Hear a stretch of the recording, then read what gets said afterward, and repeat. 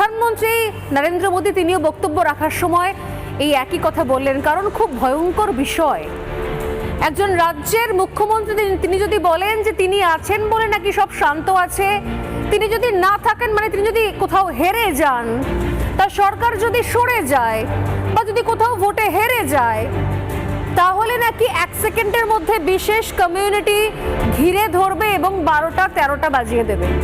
খবর রয়েছে দেশের স্বরাষ্ট্র মন্ত্রকের কাছেও, তার মানে খবর রয়েছে খোদ দেশের প্রধানমন্ত্রী নরেন্দ্র মোদীর কাছেও।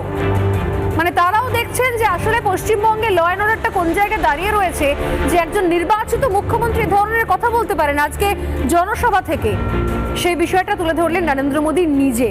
আমরা আছি বলে না আপনারা সবাই ভালো আছেন, আর যদি আমরা না থাকি কোনোদিন সেরকম আসে 1 সেকেন্ড লাগবে